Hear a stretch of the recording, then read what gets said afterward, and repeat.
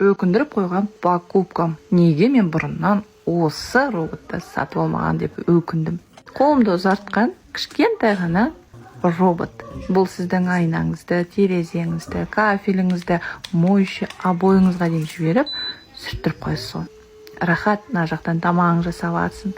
Мына жақта сіздің робот терезеңізді, обойыңыздың барлығын сүртіп атады. Қазір дамыған заман, қолыңызды ұзартатын қаншама роботтар бар. Тек соны пайдалану керек екен ғой. Келіншектер өзімізден аяймыз да жүреміз. Айналайын, өзінен аямай біреуін сатып алсай, мәңгі бақи саған жылда жұмыс жасайды. Бұл сенен нан сұрамайды, басқа сұрамайды.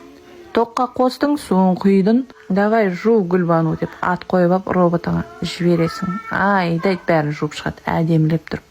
Сен мына жақта өзіңнің тіршілігімен айналысып жатасың. Зато ертең уборка жасауың керек еді, стена сүртуің керек еді. Ай, күйеуім, ана төбені сүртіп шығып берші, мына жаққа шықта сүртіп берші деп жалынбайсың. Алғың келсе өзіңнен аямайтын келіншек болсаң, комментарияға робот деп жаз.